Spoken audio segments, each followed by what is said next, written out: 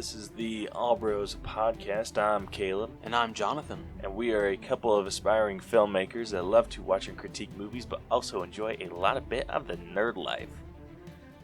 This week on the podcast, we got a pretty decent amount of new pop figures to talk about in Adventures in Hunting.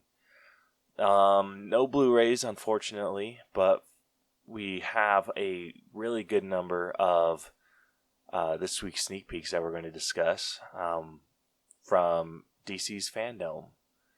And then, for our main event of the evening, we will be breaking down The Hunt.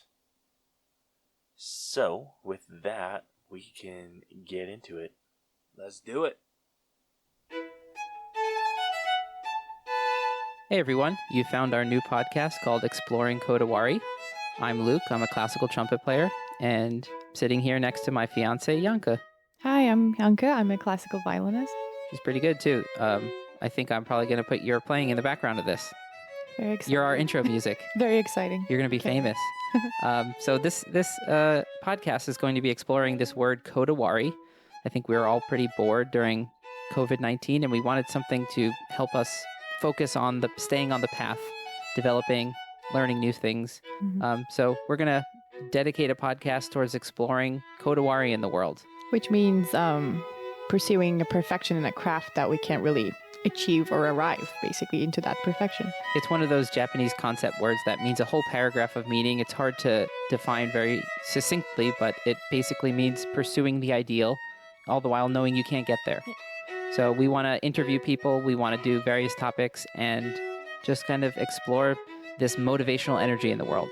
So we hope you'll join us and subscribe. Check out our website, exploringkodawari.blog.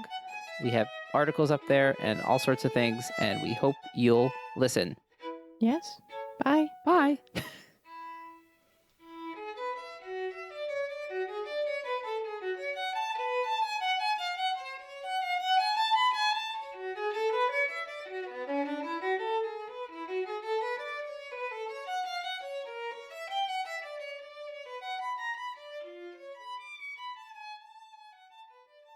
Alright, first up in Adventures in Hunting, we got some new pop figures. The first that we're going to talk about are the Retro Toys Ninja Turtles.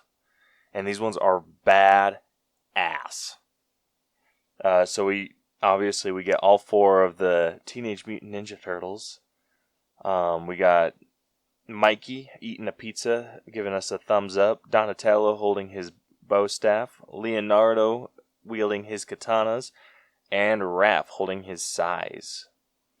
And then we have a Casey Jones in his hockey mask holding a hockey stick.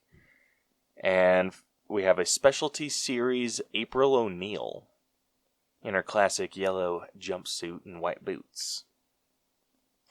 I'm wondering if Casey is playing cricket, but remember, you gotta play crumpets under strength, what cricket is.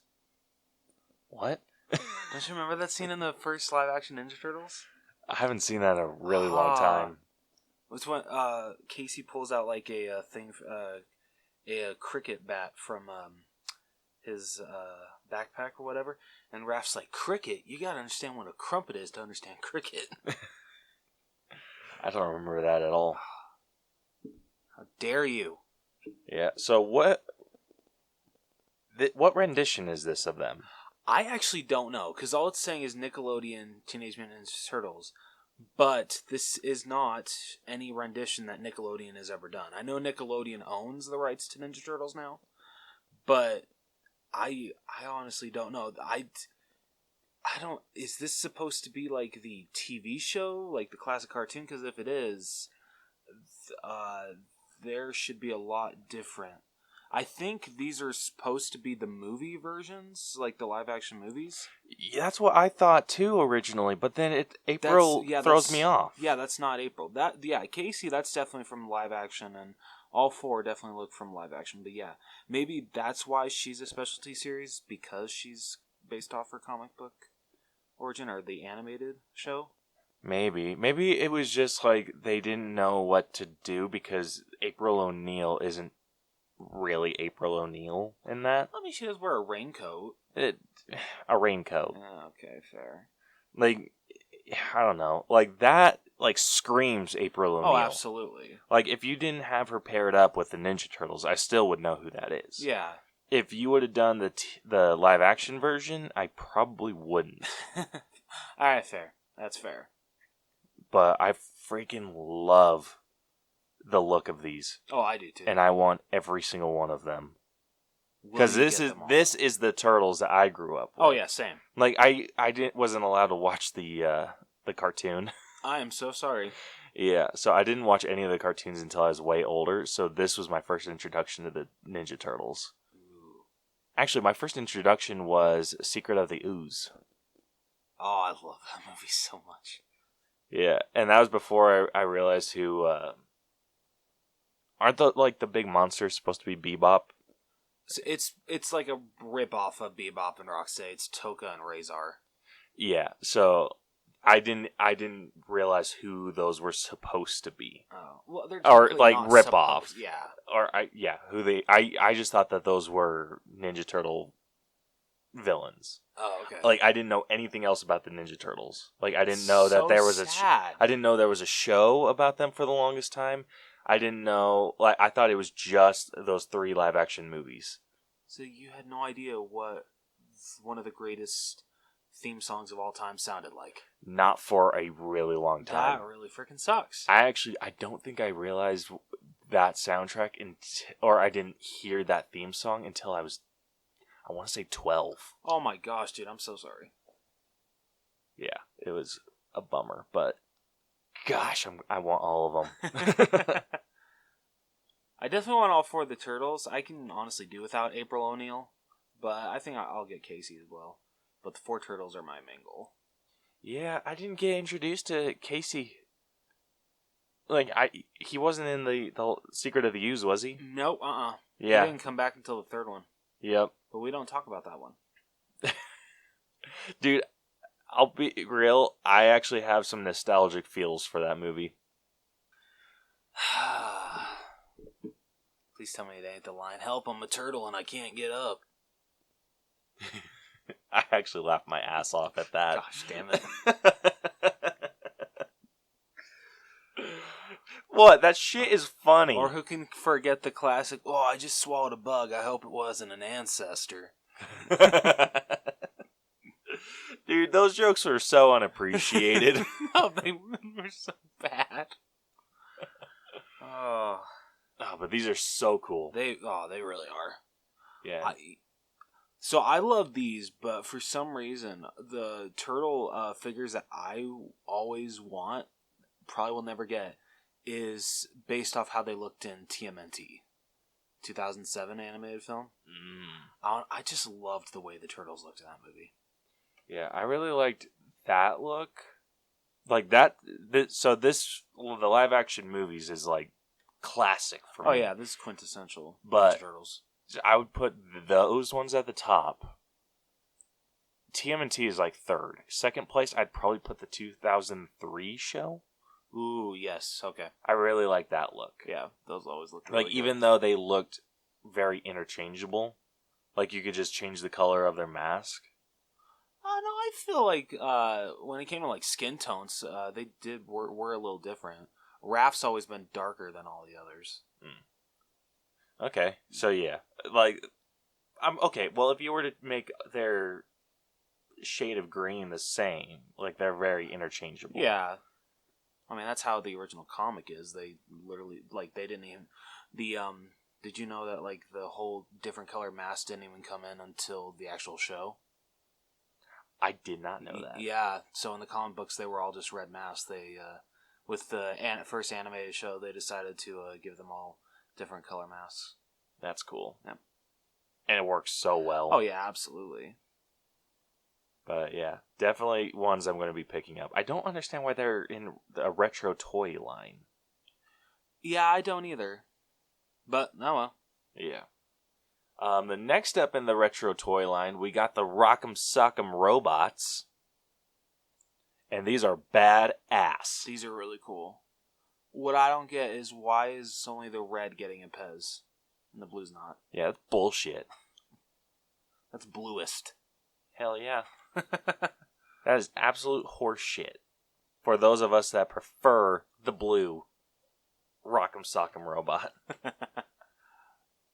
Dude, you know what'd be funny? If the blue one was a Chase. That'd be horse shit.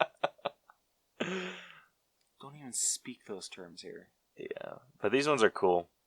Like, a different body type than we are used to. Yeah, no kidding. This is kind of reminding me of when they first were releasing, like, Transformers Funko Pops. Yeah. Super cool. Yeah, very cool. Don't know if I'd pick either of them up. Unless they make it to where I can, unless they actually make a Funko version of Rock'em Sock'em Robots, the actual game, yeah, no, I'm not. So yes, if I could play with them and like actually make them punch, Yeah. I would get them. I would also probably consider getting them if they were bobbleheads. Okay, yeah, that's fair. That is fair.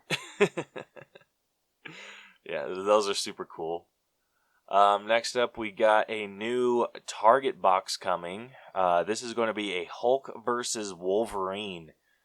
So this is like the first appearance Wolverine versus the Hulk. And this looks badass. Just sucks that the pop is in Hulk versus Wolverine. Yeah, if it was like a movie moment, Yeah. I would pay up the ass for that. Like, no joke, I'd probably be willing to drop $40 to $45 on that. Damn, dude. If that was a movie moment plus that badass shirt. Alright, fair. Has this said when it's coming out? I don't know if they have. I don't think they have. But I don't want to get screwed in the ass like I have with every other Target shirt. Because they typically only release children's sizes. I think it's adult, because it says unisex t-shirt. It freaking better, dude. It freaking better. That's all I have to say about that. I'd be very shocked if it's a kid size shirt. Yeah, I want that shirt. That shirt is super cool. And Hulk would kick Wolverine's ass, just so everyone knows. Okay, calm down, buddy. I can't. Target's burned me too many times. Yeah. Next up, we got a Venomized Thor coming to... Is this a Funko Shop? Or is this... This is a Chalice Collectibles exclusive. Okay. Shit, that's a lot going on in one pop. That is a lot going on. I can see why it's $20. Yeah, I feel like they just took the stand, or the lightning stand from the Endgame Captain America. Yeah, I definitely agree with that. And then they just like put the new model. The only thing that like kind of is odd about this is that he still has like a normal looking helmet. Yeah, that is kind of weird. And hair. But it's black hair. It is black hair. But I wish that they would have just done either the helmet or... Yeah, I wish they would have just done the helmet. I think the hair is kind of distracting. You know what? That's fair. But it is super cool. It'd be really, really badass if they did a glow-in-the-dark edition. Honestly, legit, I thought that was just a helmet under another helmet. Because that makes sense. Yeah, right. Of course. Yeah. Is this live yet for pre-order? It should be. Okay. I'm not going to pre-order it. I'm good, but I was wondering. Yeah. Next up, we got a couple in the Disney realm. So the first one we're going to talk about is Cinderella's Castle with Mickey Mouse. I bet you money this is going to be like $50. Is it a Disneyland exclusive? It does not say. It would not surprise me if it was. I'm sure it probably will be. Usually anything that like involves something in the parks, it's always a park exclusive. Yeah. But super cool. That is... I could imagine that being heavy as shit. Oh yeah, I bet. I have one thing wrong with this. I kind of wish that they would have... It'd be like a classic Mickey Mouse and not him in his band gear. Yeah. I would prefer just classic Mickey. It kind of looks like he's on a stand. Yeah, it does. Like, I'm wondering if that, like... If it connects to the castle somehow.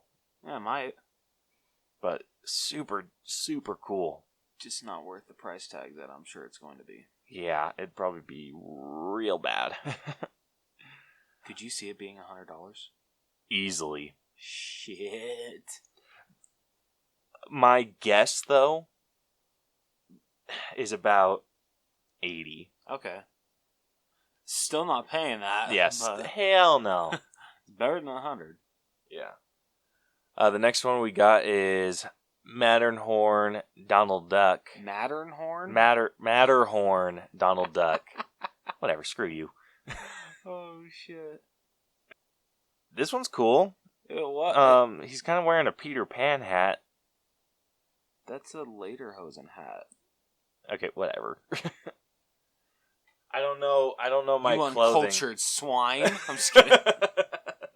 Whatever. That's not even the word. I mean, you don't call it a lederhosen hat. I forget the actual term. But still, at least I called it someone what it's like, not a Peter Pan hat. Whatever. Screw you.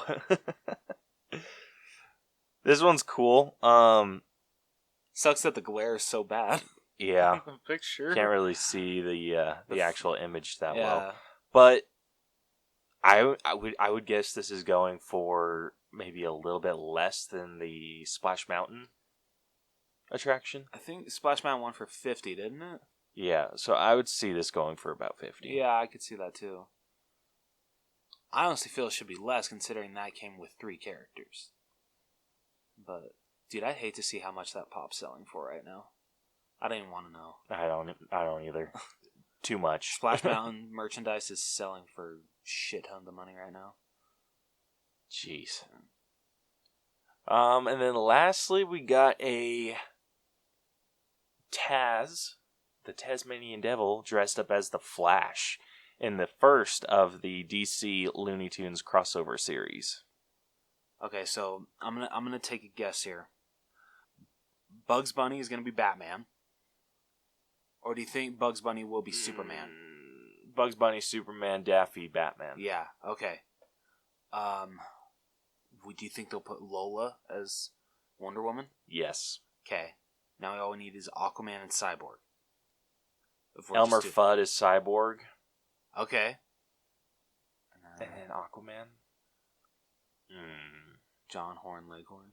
Foghorn Leghorn? Foghorn Leghorn? That would be dope. I don't know my Looney Tunes characters that well. And then Marvin the Martian as Martian Manhunter. There we go. I love it.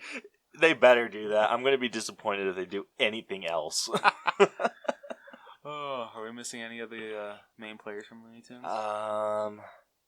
Tweety and Sylvester. Tweety and Sylvester. Who else do we have? We have Green Lantern left. Tweety is Hawkman. Why not Hawk Girl? Or Hawk Girl. Is Tweety a girl? I don't know, actually. I know, Tweety is one of those weird characters. Sylvester? It's the top search for Tweety Bird. Despite the perceptions that people may hold, owing to the longest eyelashes. Tweety is male, although his ambiguity was played with. Oh, that's funny. Yeah. Look up, Looney Tunes characters Okay. so we can visualize it a little bit better. Because Sylvester, I don't see being Oh, okay, so... Porky Pig. Porky? Porky could be Green Lantern. Okay. Pepe Le Pew? Pew? Pepe. That one's a tough one. What about Yosemite Sam? Ah. He could be like the Jason Momoa Aquaman. There we go. I think that's really it for main players, except for Speedy Gonzalez. You could only do Flash with him. Oh, yeah, that that's he's true. already taken up. Yeah. We got Marvin, Taz already shown. Can't really do anything with Granny. Not really. Yeah, that's really it for main hitters. Yeah. Pepe Le Pew, though. Oh, Wild Coyote and Roadrunner. Wile E. Coyote. That one's tough. Can we just have 3 Flashes in this universe? Yeah, no joke. Like Taz is the Barry Allen version. Wily or Roadrunner is the Jay Garrick version. And Speedy Gonzalez is the oh shit, what's his name? Oh shit. Gosh, that's gonna bug me. Okay. The Kid Flash. Like, that's the version I'm thinking. It's Kid Flash. What would I search even for that? The Flash. It's the Kid Flash. Oh, just the Kid Flash? Yeah. I thought searching like the Flash identities or something like that. Wally West. That's it. I don't know why that was so hard for me to remember. But yeah, I mean, you could get away with that. That's true, you could. And then maybe, like, Wile E. Coyote is the, like, Reverse Flash. Yeah, that works. Maybe Le Pew is hard. Yeah, if they don't do a Marvin the Martian that is Martian the Manhunter, I'm going to be so disappointed. It's like, I quit Funko. I'm done. I quit. You're fired. Everyone is fired. Oh my gosh, then you could just do Marvin the Martian Manhunter. Yeah, there we go. Gosh, we're having too much fun with Caleb's trademarking that, guys. Yep. Yeah, Bugs Bunny has to be Superman. Daffy, Batman. Taz, Flash. Sylvester, I think you need to make Sylvester a villain. So who would be a good villain? The Riddler? He'd make a good Riddler. Okay. Actually, Pepe Le Pew would make a good Riddler. Ooh, okay. So Pepe Le Pew's the Riddler. Yeah, and then maybe Sylvester's like Lex Luthor. Okay, that works. That or Joker. Yeah, I don't know. I feel he'd be more of a Joker. Yeah. And What's Yosemite Sam. Is he a good guy or a bad guy? He's a bad guy. The Penguin. No. Really? Two-Face? He would make a killer Two-Face. Okay. Alright, he's Two-Face. Yeah, and then what did we say for Foghorn Leghorn? He was Oh, shit. Cyborg? No, not Cyborg. No, do we put him as Aquaman? I don't remember. I can't remember either. Anyway. Yeah. We're just having fun with who these DC crossovers would be. Oh my gosh. Hey, if you have one, like if you have a really good Looney Tunes to DC character, let us know. Like, just hit us up on all the social media, Facebook, Twitter, Instagram, wherever you want to. So that covers everything in pop figures. So that's concludes our adventures in hunting. Next up, we got our this week's sneak peeks. So this is everything from the DC Fandome. So we're gonna start off with Wonder Woman. Yeah, that sounds good. Yeah, so we got a trailer for Wonder Woman 1984. We got a decent amount of new footage, I think. Yeah, I mean, we got our first actual glimpse of a cheetah in motion. Yeah, do you think we would have gotten this had this not been delayed? I don't know. What do you think? I highly doubt it. Like, I'm pretty sure the trailer right before this was the final trailer. Yeah, I think you're right. And then this one, they're just like, shit, we need to make people excited for this movie again. I mean, hell, they're going to have to do that with Black Widow, too. Oh, yeah. Absolutely. That's going to be rough. Yeah, no kidding. Because, yeah, that movie was literally at the end of its campaign run, so... Jeez, that's going to suck. Yeah. But yeah, we got to see Cheetah, and she looks okay. Yeah. Like, the design looks really good. Yeah, I'm just hoping that the CGI is, improved. Yeah, when the movie actually does finally release, whenever that is. Yeah. I'm wondering, I don't know if they would do this, but maybe this is like, maybe they were just given a bunch of footage that they could use for the trailers before the movie was done. Okay. And so I'm hoping it looks better than that. Yeah. No, dude, no kidding. Because she does look very rubbery. She does. But, I mean, I feel one of the biggest positives from this trailer, at least what I took, you get to see a lot more of Kristen Wiig's character, which I don't know Cheetah's actual character name. Do you? Cheetah. It's just Cheetah? Yeah. No, it's not the Cheetah, it's just Cheetah. Oh, okay, sorry. Okay, but do you know do you know, like, the character name of who? Her character? No, I don't know her character. Okay.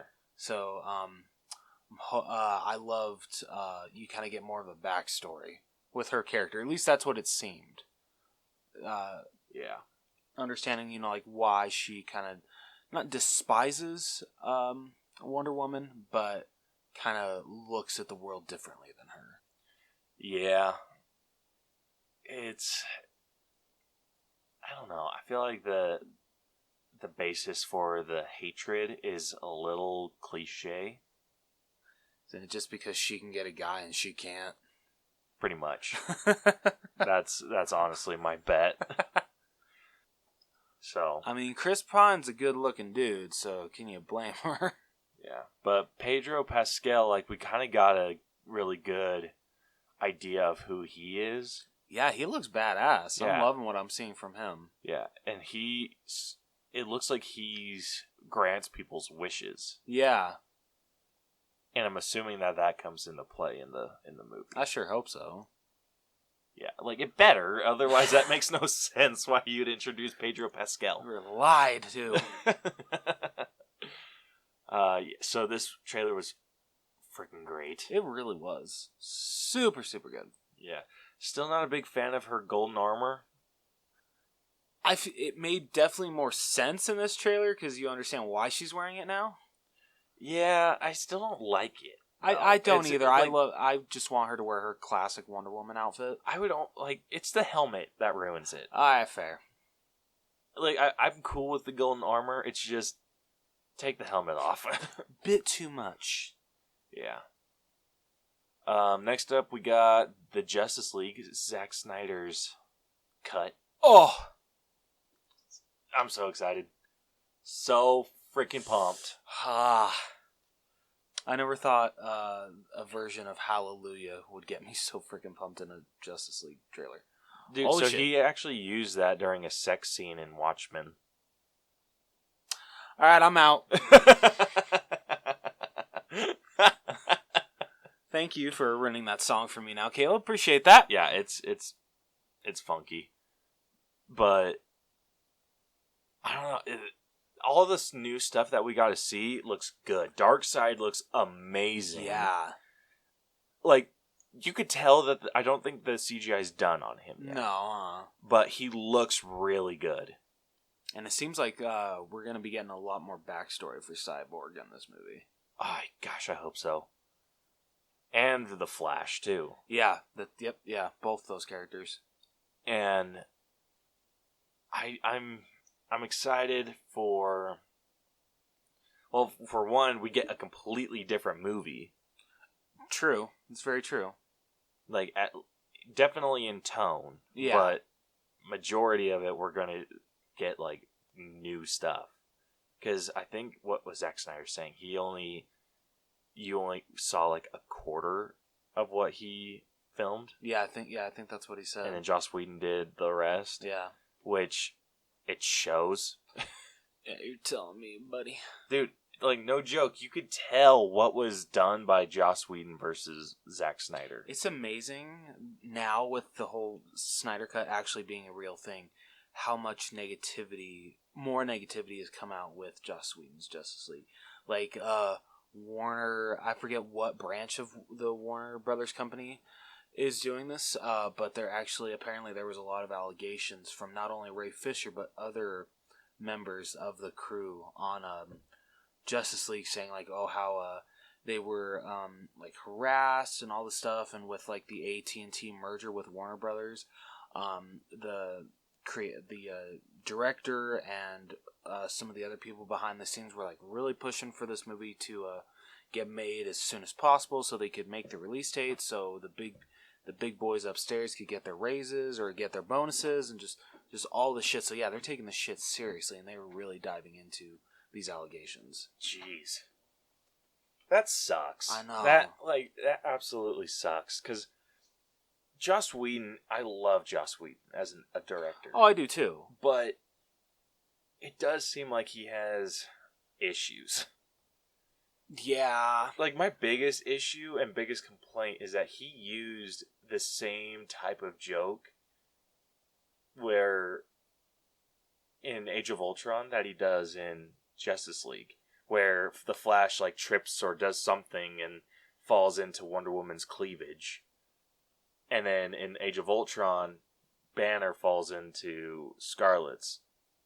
What I find really I don't know how it was with Scarlet and Mark's scene, but Gal Gadot refused to do that scene. That actually had to be good. That had to be her stunt double that did that. That was just stupid. That was a stupid addition. It really was. It wasn't funny. It was pointless, and yeah. Yeah, like, it might have made me chuckle a little bit. Barely. Yeah, but so did the damn scene in Age of Ultron. Like, that barely got a laugh out of me. Yeah, but at least that one actually, like, had, not context, but, like, I don't know. At least it had a funny line after, where he's just like, I'm sorry, don't go green. I won't. Yeah, that was... Not a big fan of that. Fair. Like, that, in both instances, very unnecessary. Yeah, oh, absolutely. Like, you could have done the opposite. Where, yeah, like, instead of Banner falling into Widow's cleavage, you could have had Widow, like, because I feel like she wouldn't have just pulled him on top of her. Like, I feel like with her trying to avoid Banner going green, would have, like, kind of, like, flipped him around and then had him, like, back on the floor. That's a good point. And then being like, don't turn green, and he's like, I won't. You still could have had, like, the same joke. Yeah, just opposite, and it would have been a little classier. It's true. That is very true. But yeah, it's disappointing when, like, directors that you like pull shit like that. Yeah. That's Hollywood for you. Unfortunately. Yeah, we don't have to like it. We don't. Something else we got from this trailer, Black Suit Superman. Oh, so good. So cool. Ugh. And it looks like they've fixed the whole mustache problem. What mustache problem? No, like, he wasn't like, they just had the only issue we had with him was during the reshoots. Oh, yeah. That's where he had the mustache. Oh, yeah. So there were, like, I don't know if we saw any scenes where Superman was shot by Zack Snyder. I can't remember. I mean, at least not in the original. Yeah, because the only shot in the trailer that you really see a close-up of Superman is at the beginning, when he's like, I don't know what he's doing. He's getting blasted by something, or he's breaking through something. Yeah. And from the looks of it, yeah, it doesn't look like they CGI'd anything on. So freaking good. Super pumped for this. Oh, absolutely. Super freaking pumped. Then the last trailer we're going to talk about is Matt Reeves' The Batman. I still can't believe this movie's only 25% done, and we were able to get this long of a trailer. Right? Shit. Holy balls. My only complaint with this trailer is Robert Pattinson's hair is a little long. Oh, okay, fair. Like, whenever I imagine Bruce Wayne, it's maybe a little bit more clean cut. Like Ben Affleck's hair? A little bit, yeah. Okay. Yeah, like, obviously it can, like, be like messy. Yeah. It's just I imagine it being shorter or just like something that easy to groom. This doesn't look easy to groom at all. So maybe kind of more like Christian Bale's hair. A little bit. Okay. But I still liked Christian Bale's hair. Okay. Because like he had it like slicked back most of the time. Yeah, that's true. It's just this was very unkempt. Yeah, you got a good point there. Yeah, and it was I could have given a pass for when he takes off his helmet or when he's kind of, but it was with the I don't know, when he was out or when that car was crashing through the building and he saves that kid and then like looks up, his hair's a little bit messy, which I can forgive to a point, but it's still very not tidy. And I imagine Bruce Wayne being a little bit more tidy than that. Other than that, holy balls. This trailer's amazing. It really was. Especially that whole, forget what that bad guy says to him, but then he just starts going to ham on his freaking face. Like, holy shit. That looked incredible. Seriously. Batman ain't taking no shit from anybody. Yeah, he's just like, oh, who am I? Bam! Just freaking get wasted, man. For real, though. I don't know if we saw the Riddler in this. If we, like, saw him. I don't think we did. We did see the Penguin, though. Holy shit. Yeah, it looks nothing like, shit, who's playing him? Colin Firth? Yeah, is it Colin Firth or Colin Farrell? Oh, Farrell. Yeah. Okay, yeah. So, yeah.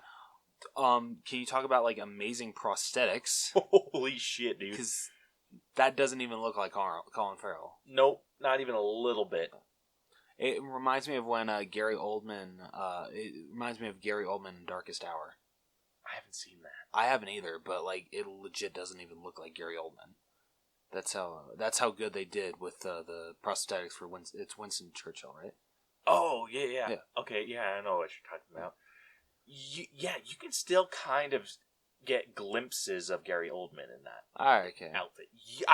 I looked at that picture side by side of Colin Farrell and him as the Penguin.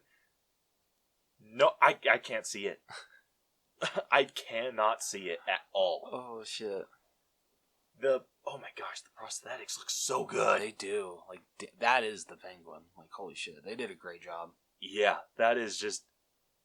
Ooh, so good. So freaking good. The action looks amazing. We got to see a little bit of Catwoman.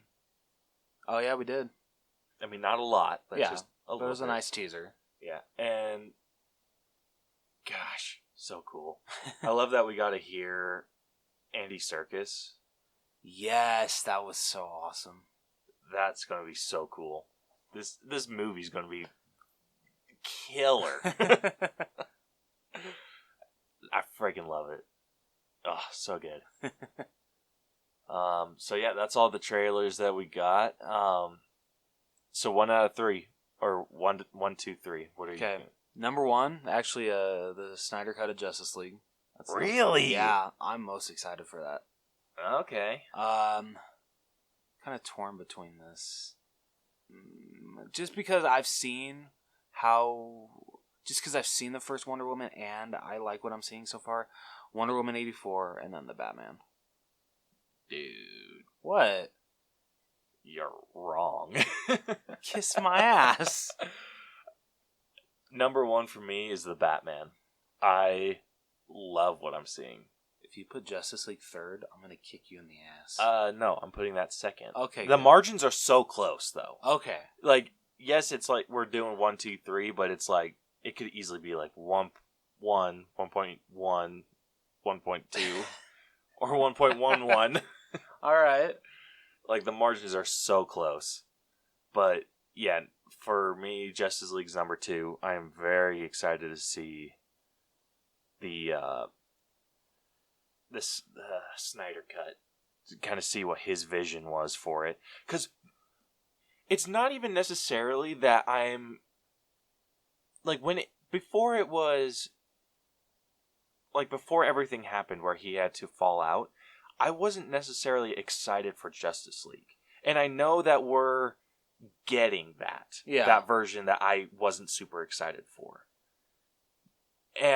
But what I am excited for, like, what gets me most hyped is we have never gotten to see something like this. Something where it's one director versus another on the same movie. That's true. And honestly, I think what also makes it really special is this is something that fans have been demanding for years, and everyone was saying, guys, it doesn't exist. This is the only version of Justice League. They don't have any more footage. But Zack Snyder came out and just threw that in everybody's face like, ha, guess what, bitches? Yeah, but I love this. Like, we are going to have a direct comparison on two directors doing the same movie. Yeah. And I love that. I cannot even, like, it's, like I said, it's unprecedented. We have never seen this before. Nope. Like, we're not going to get a Quentin Tarantino version of the Avengers ever. But we have... Now you just got my hopes up. Thanks, I know, buddy. but we have a direct comparison on the same movie, and I love that. Like, that's what's the most intriguing about this movie to me. Yeah, no, I completely agree. So, that's why it's number 2. And it's barely number 2. Okay. Just because, like, what I saw of Batman has got me super pumped. Alright. But, yeah, Justice League is number 2. Super close number 2, but number 2 nonetheless. And then number 3 is Wonder Woman 1984. I love Gal Gadot. I love everything that's happening in that. But I think there's a lot of things that with this trailer in particular, that kind of turned me off. Like how Cheetah looks so far, and the gold suit. Okay, Not a big fair. fan of the gold suit. Alright, fair. Guess I'll accept that. Yeah. So, that concludes everything in this week's sneak peeks. So I think we can move on to our main event of the evening. Let's do it. Time for the main event. It's main event time. Let's play a game. Alright, before we get into this breakdown of The Hunt, I posted a question of the week this week. A super late one. Like, I think I posted it The day. morning. Yeah, I think so. Yeah. So, we have a few responses. I asked if you were given the choice to have any weapon while you were being hunted yourself, what would it be? So first off, we got a response from the #NoOffenseShow at HTNOS. They said, my new favorite weapon, the Batchetty. Thanks at Untrained iPod. And do you know what the Batchetty is? I don't actually. What is that? It is a bat. Like a baseball bat. Okay. But cut down the middle, they inlaid a freaking machete blade. I want one. Yeah, right? So bad. Dude, it is badass. That is awesome. I have not heard of a Batchetty until this. Like, I think they posted a picture. Let me see if I can find that really fast. Okay. Because it looks super dope. Dude. Ah, damn. That truly is a double hitter. Oh, shit. Freaking Yeah, dope, right? I want one. Yep. Thanks, Untrained Eye. Yeah. And speaking of Untrained Eye, at Untrained iPod replied and said, "You bastard, I was just about to put this too." to responding to HTNOS. And then they said, since my answer got taken, I choose the Bax. Okay. What is Which is a bat axe. Gosh, damn. I have no words. I want all of these. I know, right? Both of these, whatever. Holy shit. So cool. I want one. I want one so bad. I feel like in the picture that he posted, they made it with like a table saw blade. Oh, shit. So I bet I could make one. Your neighbors will definitely fear you. Hell yeah, they will. Dude, could you imagine trying to rob someone's house and they come down with a bax?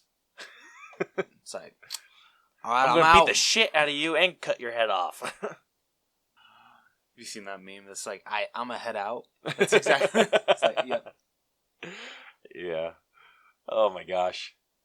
Both super cool. I don't know which one I want more. A Batchetty or a Bax. I think I want a Batchetty actually more. Dude, it just sounds like shit Batman would use. I know, right? Next up, we got a response from the Victims and Villains podcast at Victims and Villains. He said, pitchfork works as a defense mechanism, multiple knives, and if it comes down to it, stakes for vampires. He's not wrong. Nope. That's actually a very good choice of weapon. Yeah, it's a multi-tool. Yeah. Excellent choice, dude. Hell yeah. Next up, we got Mike at Newfie Mike. He said Iron Man armor. Cheater. I'm just kidding. Yeah, but he said his real answer would be a camo suit if it's in the woods. He can sharpen sticks to use his weapons. Alright, I like that. Yeah, the only thing that would suck is if you weren't in the woods. True. It's a very good point. Next up, we got at Breaker6696. He said airheads. The candy? Just kidding. That was my exact response. I try to respond to everyone, and yes, the candy. I mean, I know they got a lot of flavors, so you got an endless supply of ammo, but... Yeah.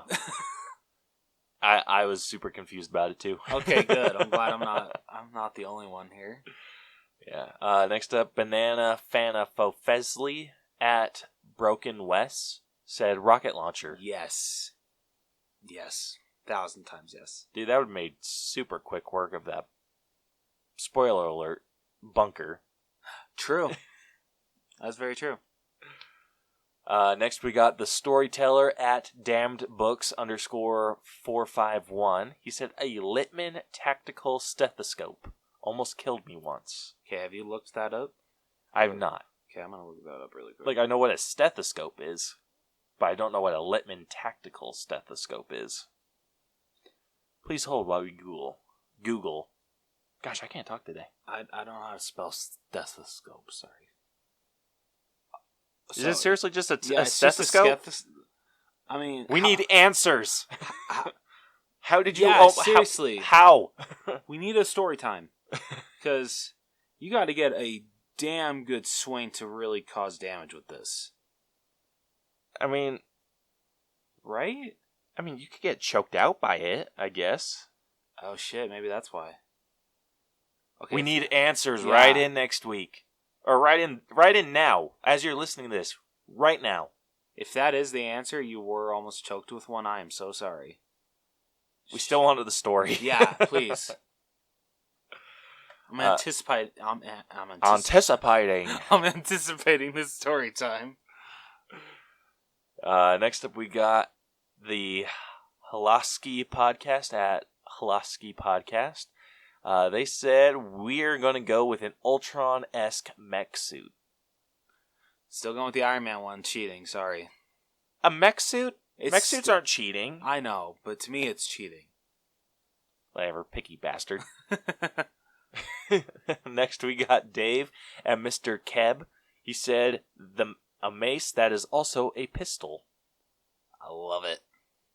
Yeah, then you can freaking club someone's head in and then blow their brains out. Oh, freaking love it, dude. Yeah. Like, I love these multi-weapons. Freaking a Batchetty, a Bax, a pitchfork, and a mace that is also a pistol. A maestol. That doesn't work. Stop talking. Macistol. Yeah, I'm gonna shut up now. Or a pace. Okay. Yeah, but then people will think you're talking about a pacemaker. Or salsa. True. Moving on to Instagram, we got a response from Joseph.Polly, and he said a slingshot. Yeah, Simpsons has showed me you can cause a lot of damage with a slingshot, so good choice. Yeah, super good choice. I also had a little bit of a response from him, like a backward chat with him. Oh, yeah, and he said, I'm like, that's a pretty good choice. And he's like, yeah, it was between that or a nuclear warhead. And I'm like, those are two very different days. Yeah. Yeah, one makes you look, you said one makes you look like Dennis the Menace, the other ends in melting skin or a fallout shelter. And he said, tough decision, right? Yeah, so we're going to go with the Dennis the Menace. Yeah. Yeah, so that is all the responses we got this week. So thank you everyone that responded. We love hearing your answers. Yes, thank you so much. Yeah, even Breakers 6696 with the airheads.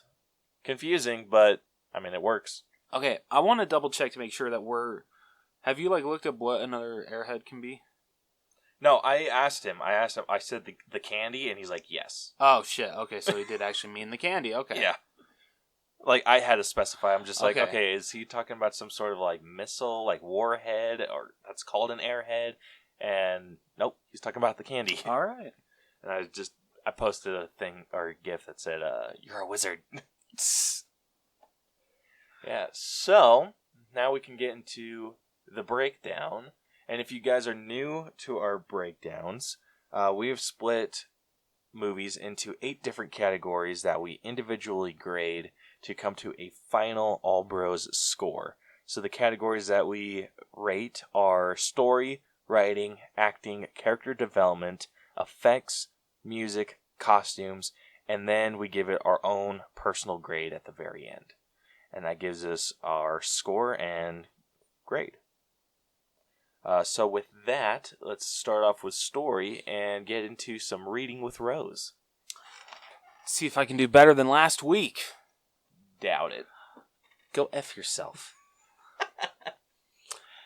In a group text, Athena Stone celebrates an upcoming hunt of deplorables. Later on, her private jet, she kills a man who staggers out from the cargo hold. 11 captives wake up gagged in a forest for the hunt. In a clearing, they find a cache of weapons and keys to their gags, but upon retrieving them, 5 are killed by an unseen enemy, 3 escape over a barbed wire fence to a service station. The station's owners, an elderly couple consisting of Miranda, Ma, and Julius Pop, identify their location as a point on Route 31 near Elaine, Arkansas. The 3 escapees, each kidnapped from a different part of the United States, realize their situation's similarity to the conspiracy theory Manorgate. One of the 3 eats a poisoned donut and collapses, while Ma and Pop, who are amongst the captors' ranks, kill the rest with poison gas. They then clean up the station for the next person to come in. A 4th captive, Afghanistan veteran Crystal Cressy, is it Cressy? I think that's how they said it. Yes. Okay, Cressy, arrives, asking for cigarettes and their location. She makes conversation with Ma and Pop, and the latter get nervous. Crystal then attacks and kills the couple with a sawed-off shotgun the couple had under the counter. She reveals that the cigarettes were too expensive for Arkansas. Dude, that was freaking genius. That was so cool. I would have honestly fallen for the cigarette thing. Yeah, I never would have thought of that kind of shit. Gosh, so this was so well written. Wherever the story fails, which I don't think it does in very many places, it makes up for in the writing. Oh, absolutely. Absolutely. Inspecting the pickup truck outside, she finds a Croatian license plate underneath a fake Arkansas plate and a booby trap wired to the driver's door. She later encounters another captive, a conspiracy theorist podcaster named Gary, and warns him from taking the truck. They board a train car full of refugees whom Gary believes to be crisis actors. The train is then raided by Croatian soldiers. When Gary tries to convince the soldiers of Manorgate and the refugees' perfidy... Okay, I'm sorry. I'm going to start that again. When Gary tries to convince the soldiers of Manorgate and the refugees' perfidy, a refugee, Crisis Mike, admits to Gary that he and only he is an actor, but says the raid was not planned for and offers a head start for Gary's cooperation.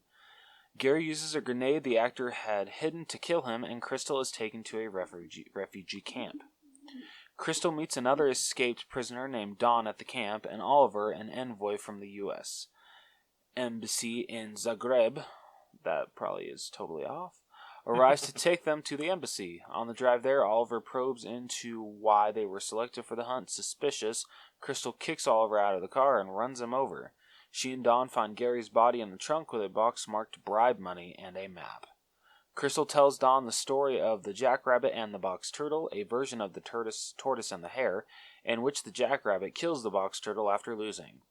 At the envoy's intended destination, which is shown to be close to where the captives originally found the weapons cache and were subsequently killed, Crystal kills the hunter she finds and wounds their consultant, Sergeant Dale. Athena calls out to Dawn via radio, asking if he killed Crystal. When Dawn refuses to disarm, Crystal kills him. Crystal tortures the wounded Sergeant Dale to get Athena's location, and after telling him that she fought in Afghanistan, kills him. A flashback reveals that Athena's group text exchange was a joke, however, it was leaked on the internet, creating furor over Manorgate. Subsequently, the group text participants, whose lives were all ruined, decide to make Manorgate come true. They abducted people who shared and produced materials relating to Manorgate. Athena is personally offended by a social media post Crystal had made about her and insists on her inclusion, nicknaming her Snowball. When Crystal confronts Athena, Athena mocks Crystal's personal history. Crystal tells Athena that she's confused her for another Crystal from the same town as her, but her middle name is spelled May rather than May. Okay, so she spells it M-A-Y, the other one spelled it M-A-E. Crystal and Athena get into a fight, impaling one another on the two blades of a food processor. Athena dies, but Crystal gets a second wind upon seeing a jackrabbit appear near Athena's body. She fixes herself up, takes Athena's dog, and leaves on her jet. Hell yes. I don't know about you, I feel you really have to watch this movie to understand this story, because I would have been so freaking lost if I had not seen this movie. With the description, absolutely. Yeah. Yeah, so just to clear some things up. So the movie opens up, like it said, on a plane, and one of the passengers that is drugged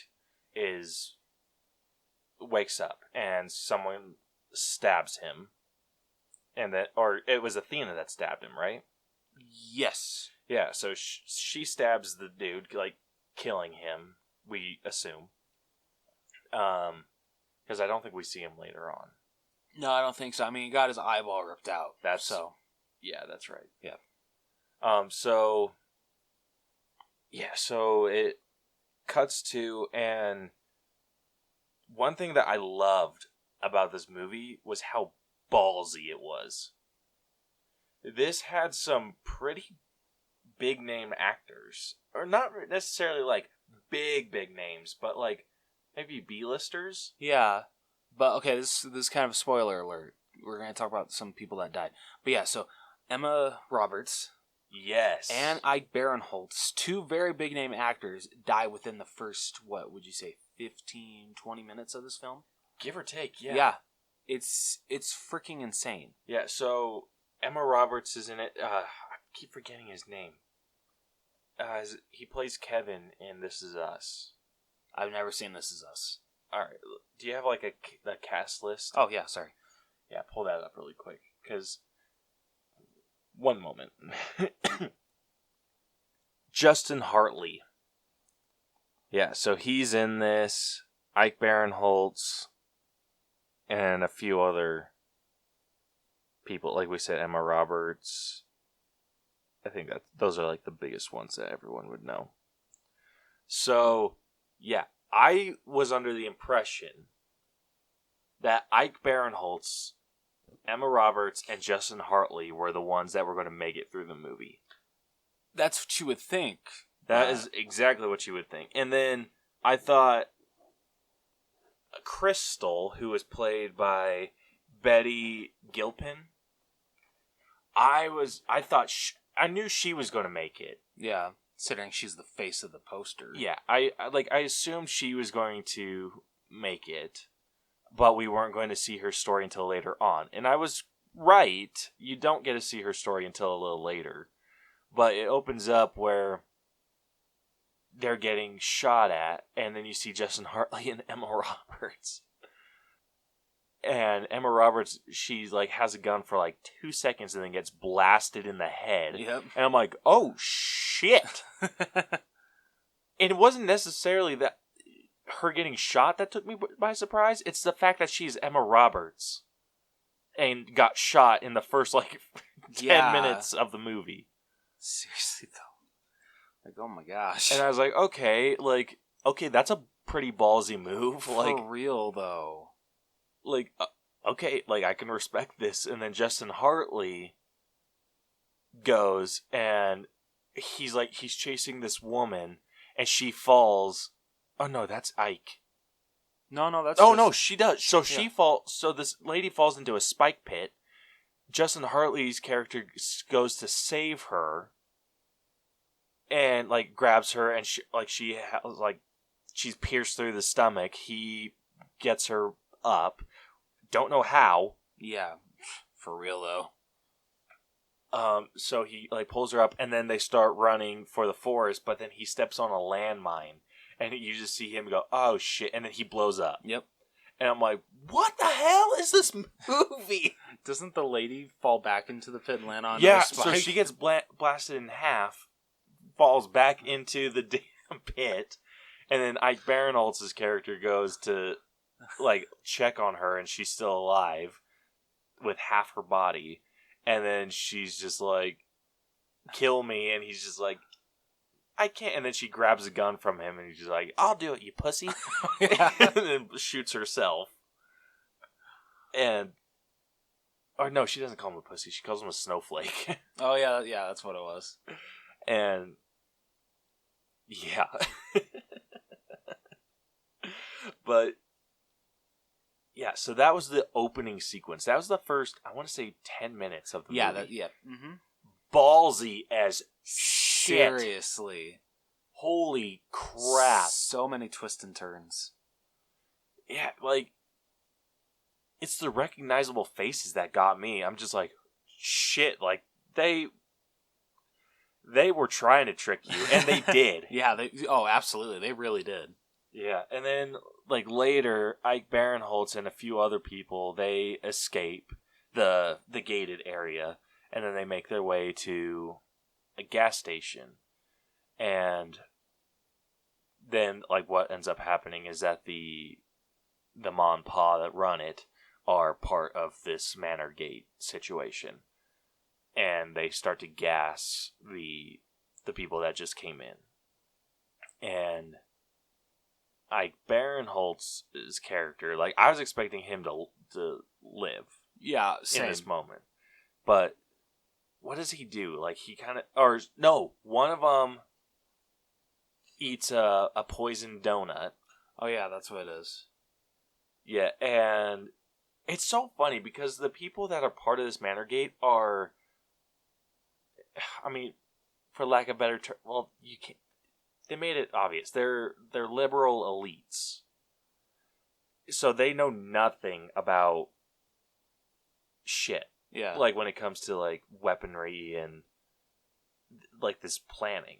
They have an idea, but they're not good at it. And so, yeah, this chick eats a poisoned donut. She dies. Then they start gassing everyone. And Ike Barinholtz's character goes to charge them. And I'm like, oh, they're about to get freaking wrecked. The mom and pa. And then they pull out a shotgun, blast him. I'm like, what the shit? Oh, shit. And yeah, it's so good. Every expectation that you have of this movie, it just blown out of the water. Yep. Mm-hmm. Yeah, right out the window. Yeah. And yeah, so they hide the bodies in there, and then they kind of reset the store. And it's so funny while they're talking about, they're kind of just talking about what's happening between, the mom and pa are, between themselves. And so one of them is they kind of give themselves away. Because whenever they start talking about, or the the conservative people that they have are talking about something like global warming, and they'll just be like, "But are you sure it's fake?" or something like that, and it gives them away. The second they start talking about something that's like you have a liberal or conservative view on it, it gives them away. Yeah.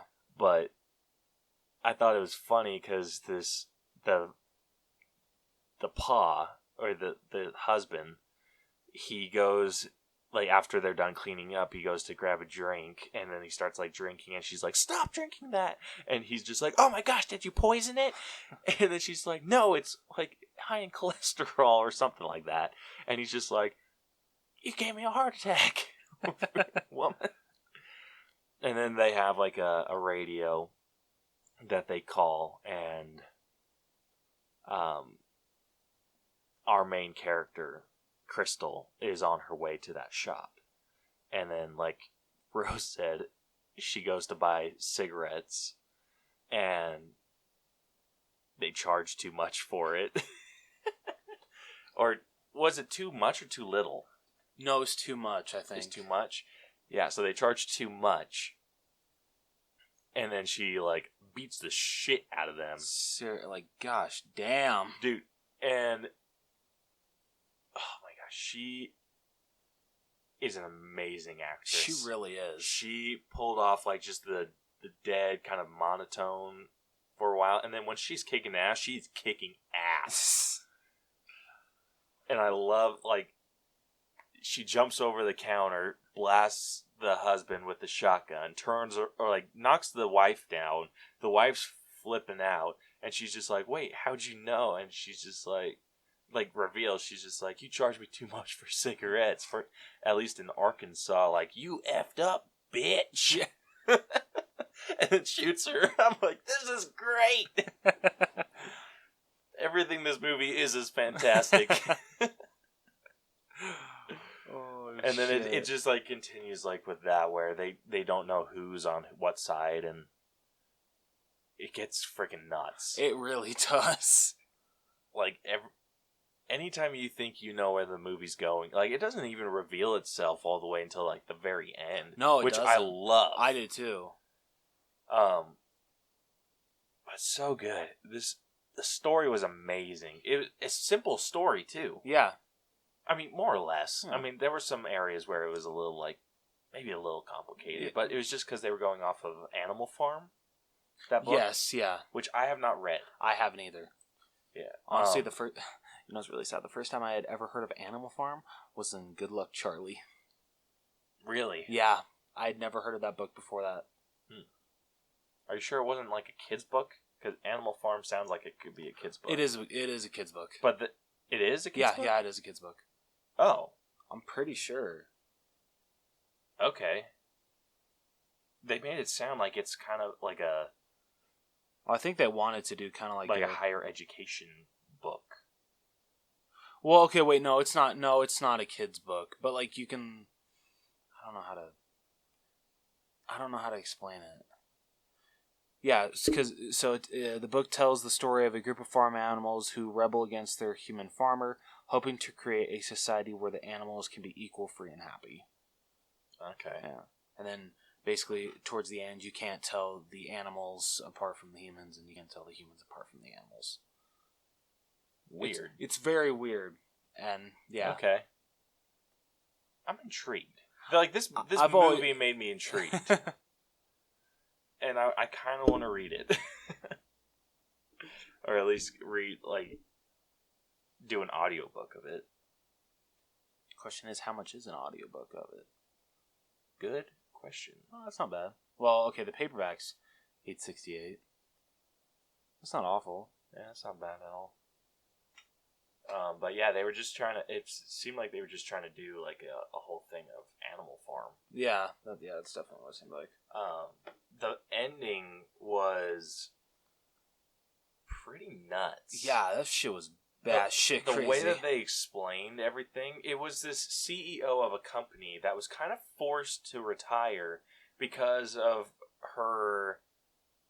a text message that she meant as a joke got released. In quotes. Yeah. Well, I believe that it was a joke. Like, I can believe that. And yeah, so she meant it as a joke that they hunt down conservatives, and then like it goes freaking widespread. Starts this whole thing called Manorgate, that she has this manor in, where are they at? Starts with a C. I forgot.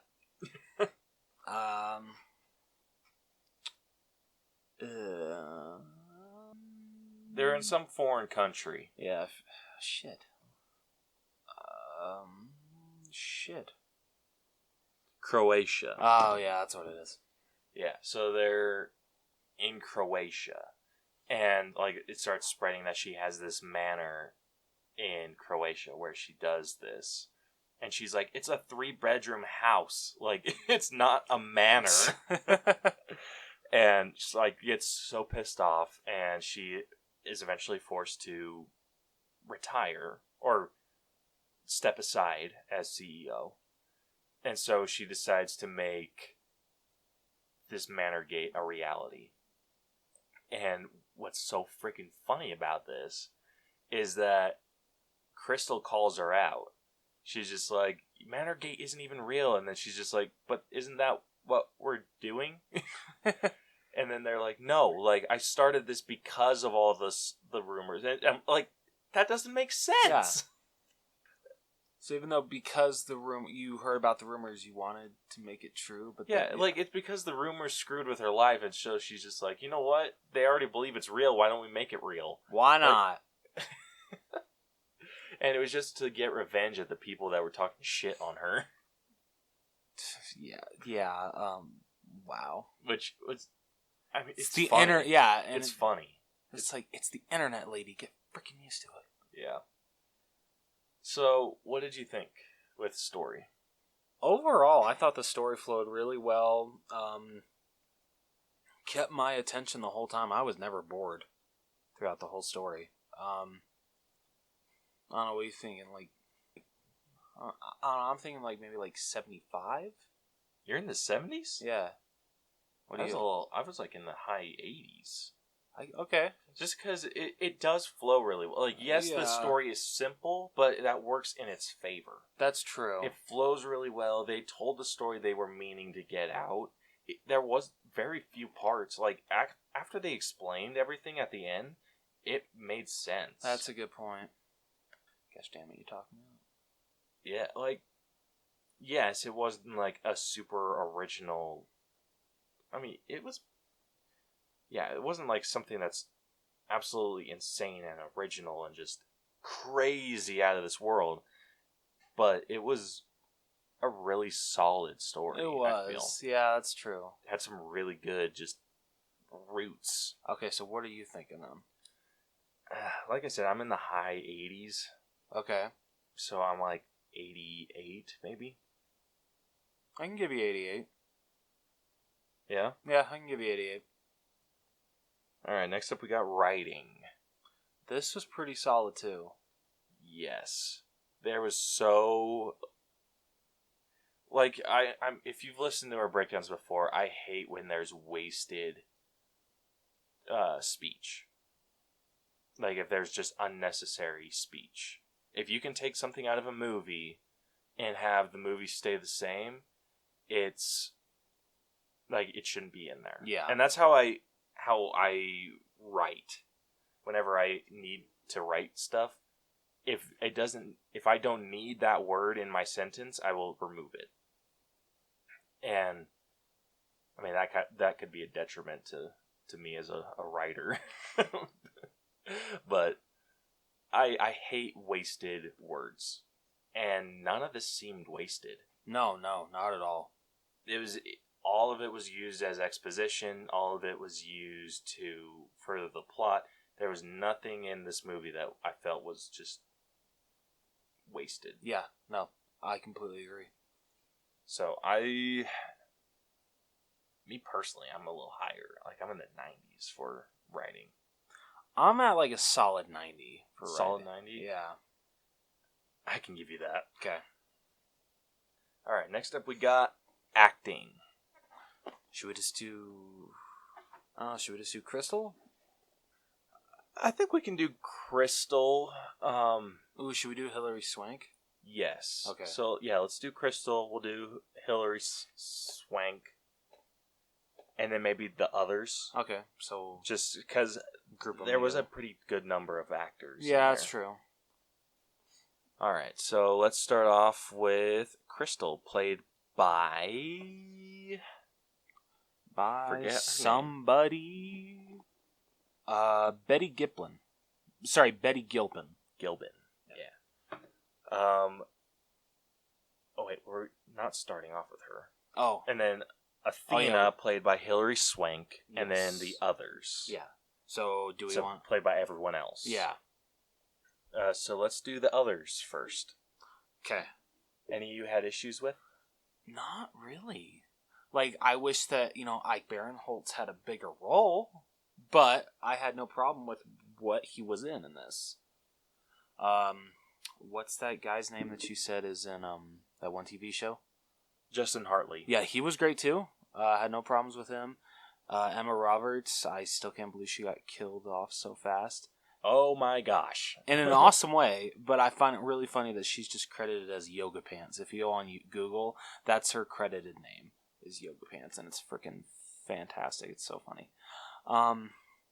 Yeah, the people that were a part of the manor were really good, especially the guy that turned out to be with the manor. I actually really liked him. The older gentleman. Are you talking about Don? Yeah, Don. Was he part of it though? I still don't know. The world may never know. I want to go through and see the list that they had on the wall. Yeah.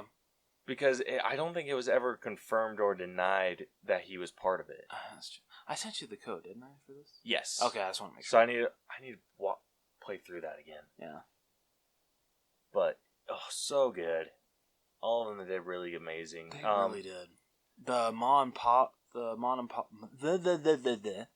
pop from the gas station were really good too.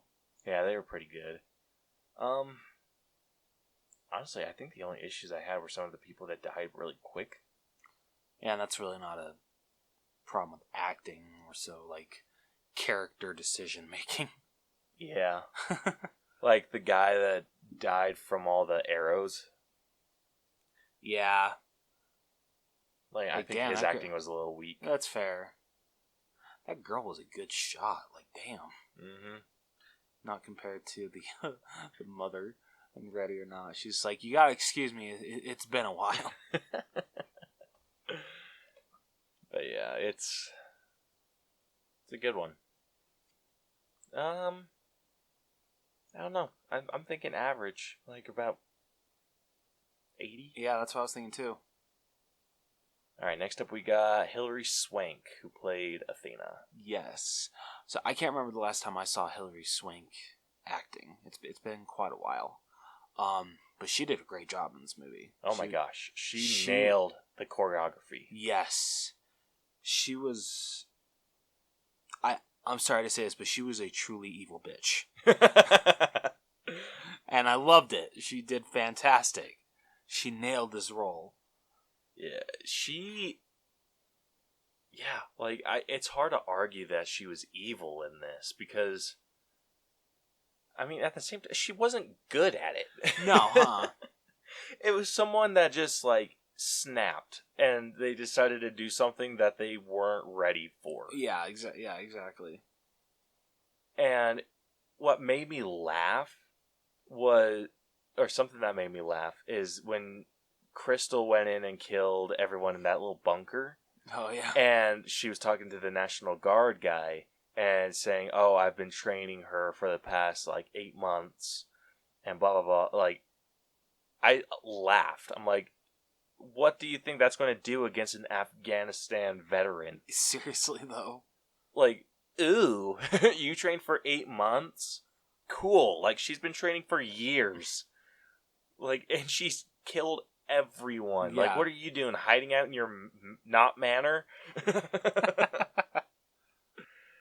And yeah, like that was freaking hilarious. But Hilary Swank, she was so good. the final fight scene between them was insane. Yeah, that was awesome. And I love that those two did a majority of their own Yeah, stunt yeah. work. After we finished the movie, Caleb and I watched the special features, and it was really cool watching how they choreographed that whole fight. So good. So freaking good. And they try to incorporate something that they were already kind of good at. Like, Betty Gilbin, I don't think she had any prior fighting experience. So they had to teach her a little bit of, like, hand-to-hand combat. Yeah. But her whole thing was using stuff around her. Yes. And then Hilary Swank, I think she had, what was it, kickboxing? I think so. Yeah, so she was very skilled in using her legs. And so they made Athena's character kick a lot. Yeah. Which is something that, I mean, like I said, Hilary Swank was good at. Yeah. And it worked so friggin' well. It did. Like, damn. Oh, gosh, so good. Yeah. Like, I want to watch this movie again. But yeah, like, her dialogue. Like, because we don't get introduced to her until later. Yes. But what she gave us from all that was so good. Like, you understand how she got to where she was at. Mm-hmm.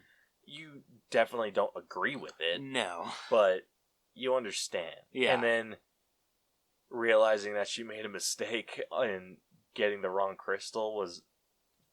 That was so funny. Stroke of genius. Yeah. Fantastic. But not a perfect performance, though. No. Honestly, I don't think this is the best performance I've seen her in. I don't. Yeah. Same. Like 85. I might be like 82. Okay, I can give you that. Yeah? Yeah. Sounds good to me.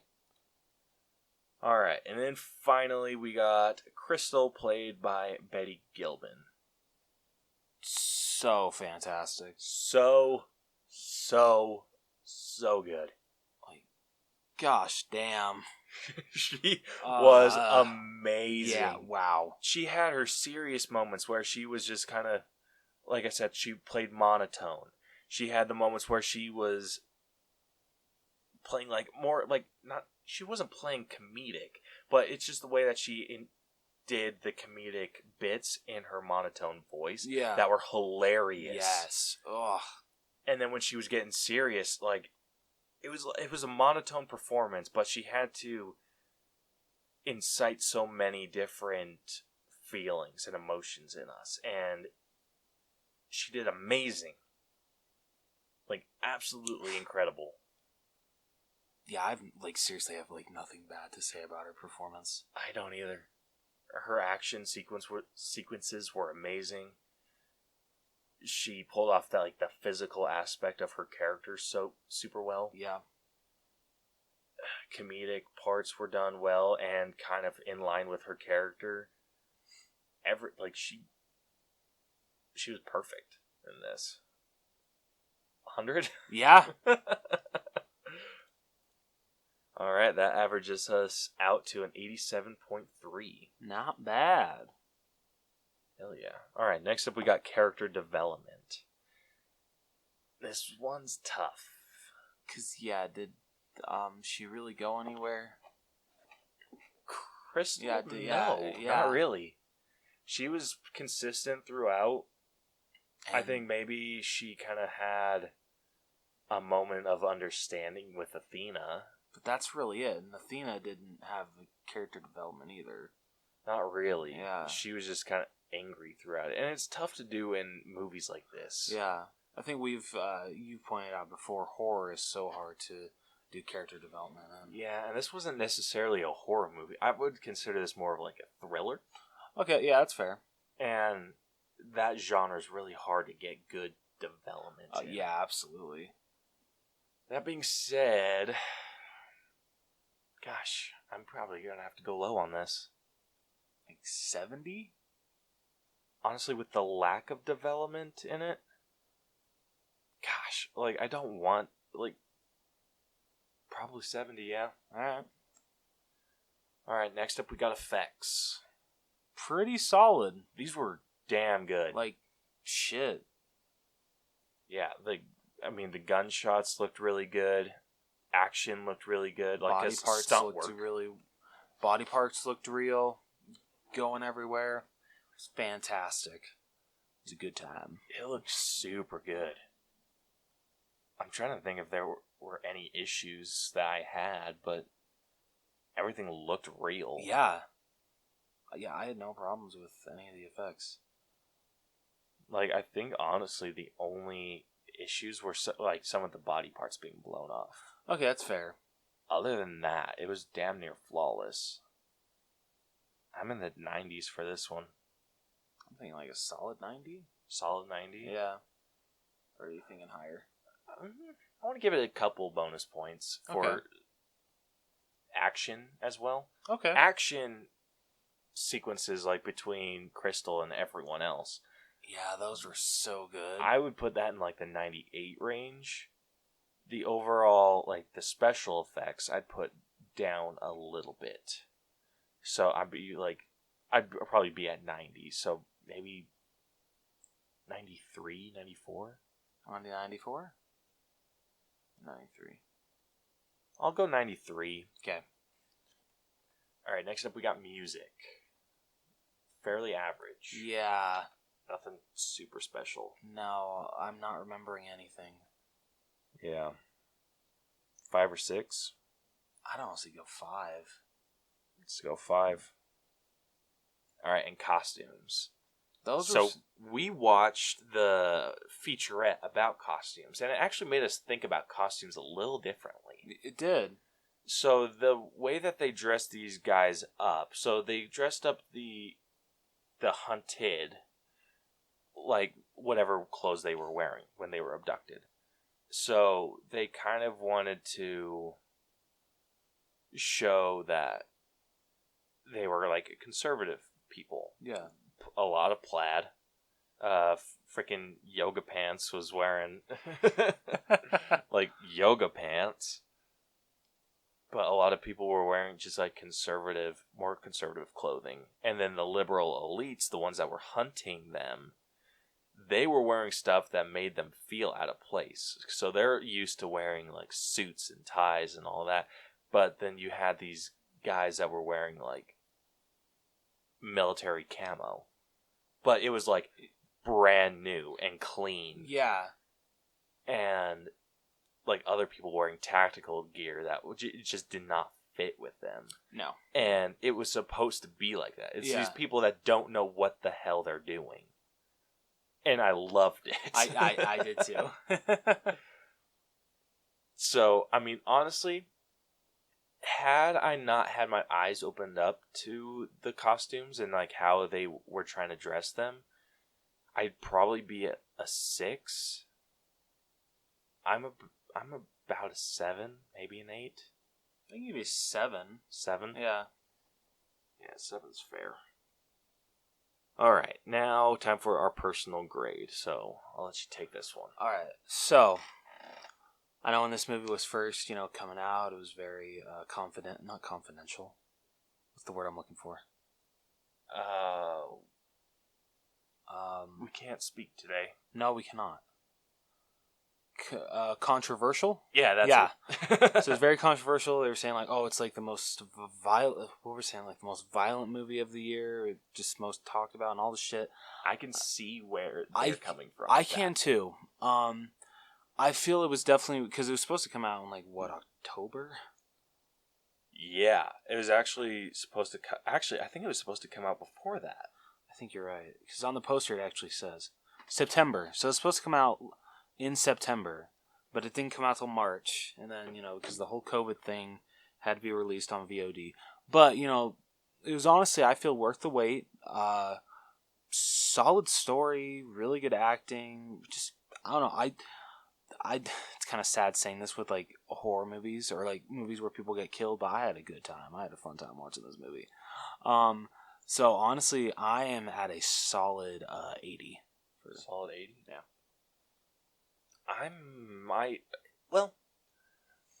This movie definitely has a message that it's trying to get out there. And I don't feel like it was shoved in your face super hard. It wasn't, thank goodness. Yeah, and I think that they could have taken it a route where it was. Yes, absolutely. And I appreciate that they didn't. But it was still a good time. Like, if you could honestly ignore a lot of that style dialogue and still have a pretty decent time. Yeah, You're not absolutely. going to get, like, the richness of the story at all if you do, but you can still have a really good time. And, yeah, I'm sitting at, like, an 83. Okay. I'm not quite at an 85 just because I can definitely see why this movie wasn't released in September. Yeah, no kidding. And I don't know, it was good. It was really good. It's one that I want to watch again. Oh, But definitely. It's maybe just the political aspects to this that bring it down for me. But yeah, no, that's fair. And I can definitely agree with that. Yeah, because I feel like, and the reason I dock it is because if you were to watch this with someone that is a crazy left liberal or a crazy right conservative, Yeah. you could easily get into a fight over this movie. Oh yeah, absolutely. And maybe that's the point, but it's just not something I particularly care for. Yeah, no, I don't either. Luckily, me and you are both kind of in the middle. Yeah, that's very true. And, like, we can still have a good discussion over it. But I can see how hard left and hard right would fight over this. Mm-hmm. Versus where people in the middle could have a really good conversation. Yeah, exactly. Yeah, so if we average those out, that comes to an 81.5. Which brings our final All Bros grade for The Hunt to a B-. Not bad. Not bad at all. So it is sitting at an 82.4%.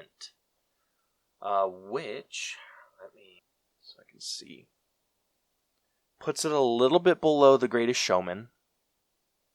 Okay.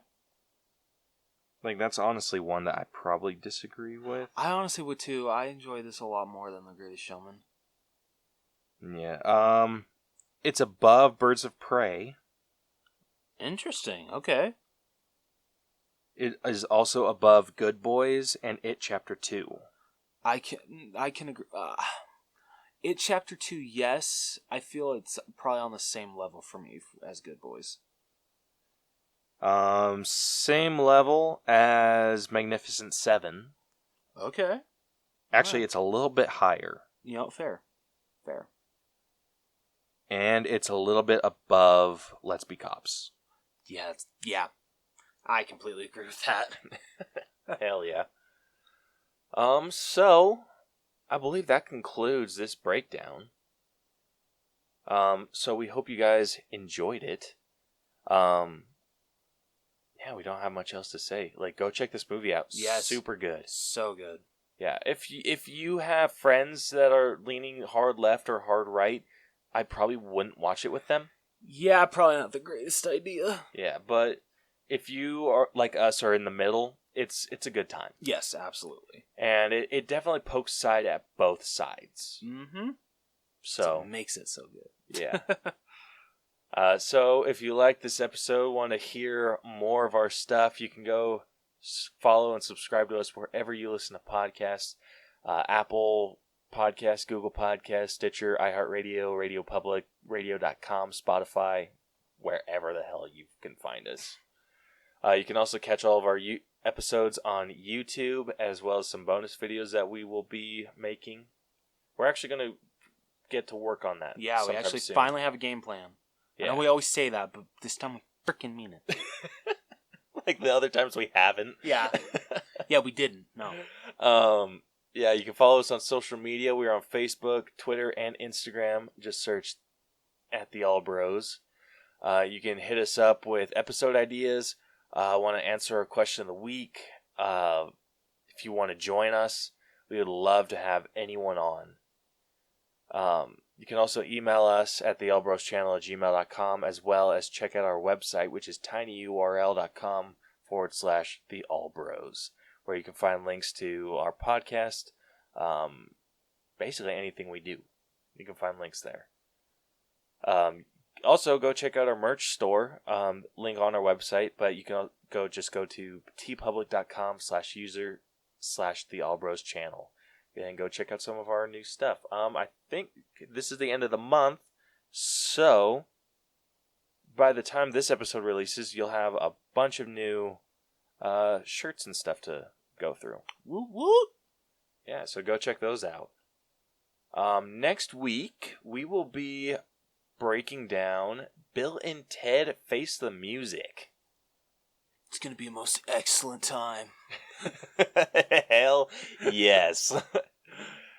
So we rented it yesterday, so that the day that we're recording, and loved it. Yeah, it was worth the wait. It was really worth the wait. So yeah, you guys can look forward to that next week. And until then, this has been the All Bros Podcast. I'm Caleb. And I'm Jonathan. And we'll catch you guys next week. Deuces. So long. A little bit better. Yes. Better and better every week, baby.